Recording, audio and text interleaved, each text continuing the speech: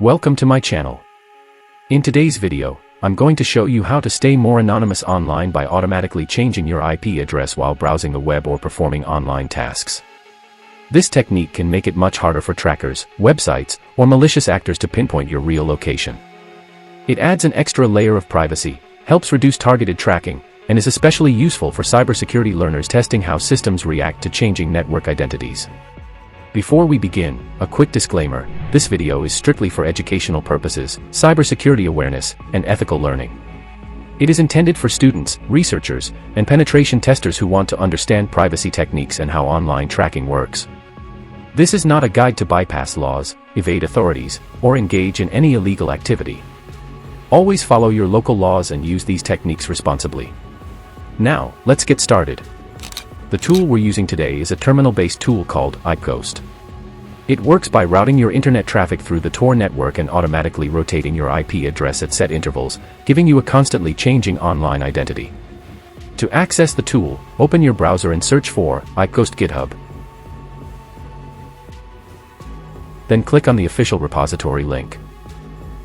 This repository contains the source code, installation instructions, and scripts needed to run the tool, along with details on how it works. Now let's move to the installation section. As you can see, these are the commands required to install the tool on your terminal. Before running them, I'll switch to my virtual environment to keep everything clean and avoid system conflicts.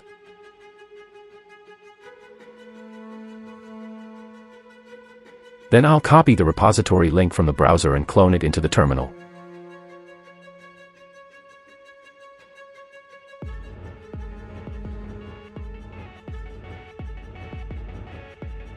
You can see that the repository has been successfully cloned. The next step is to navigate into the IPghost directory. To do that, copy the navigation command from the repository page and paste it into your terminal.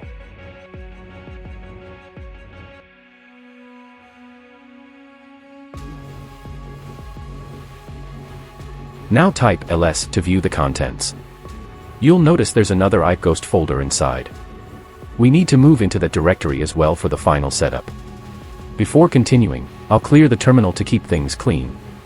Now we're still inside the main directory. And here is the second IPghost folder we need to move into. So I'll type cd followed by the inner IPghost folder name and press enter. Inside this folder, you'll see two scripts, the installer script and the main IPghost script. Before running the tool, we need to execute the installer script first. So copy the install command from the repository and run it in your terminal.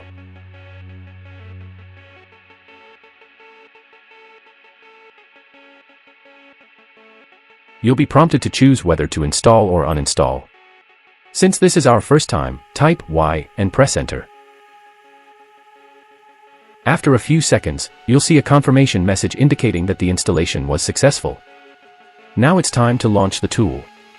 I'll clear the terminal again for a cleaner interface. To start IPghost, type sudo IPghost and press enter. If it's your first time running it, the tool will automatically check for missing dependencies and install or update them as needed. Once everything is ready, the tool interface will appear. It will ask you to enter how many seconds you want each IP address to stay active before switching. Before we proceed, there's an important step. The tool asks us to configure our browser's proxy settings. So go to your browser settings, scroll down to Network Settings, and open the proxy configuration. Change it from No Proxy to Manual Proxy Configuration. Set the SOCKS host to 127.0.0.1 and the port to 9050. Also, make sure Proxy DNS is enabled, then save the settings. Now go back to the terminal. For this demo, I'll enter 3, meaning the IP will change every 3 seconds. Next, it will ask how long you want the rotation to continue. I'll enter 0, which means it will keep running continuously until I stop it manually. Now the process begins. The IP address starts changing every few seconds. You can see different countries appearing: Poland, Netherlands, Sweden, and it keeps rotating. To confirm this, open your browser and visit ipinfo.io to check your current IP location. You'll notice the location updates as you refresh the page. One moment it shows the Netherlands, then Germany, then another country entirely.